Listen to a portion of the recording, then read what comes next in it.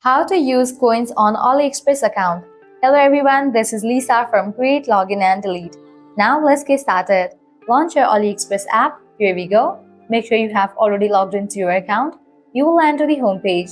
Now over here you're going to find different options. Click on the option of coins. And just with that you will land to this kind of page. Now at the top you're going to see the coins available for your account. Firstly, in order to use the coins, you will need to earn the coins. You can do this by participating in various activities on AliExpress like daily check-ins, playing games on the site, or taking part in promotional events. Once you have enough coins, what you can do is come to this page and over here you're going to find two sections, recommended and 10% off. Here are the recommended items. Likewise, clicking on this option, 10% off. Here you're going to find all the items in which you can get up to 10% off using the coins.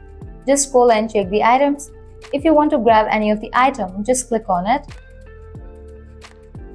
For this item, I'm gonna get 10% off using coins.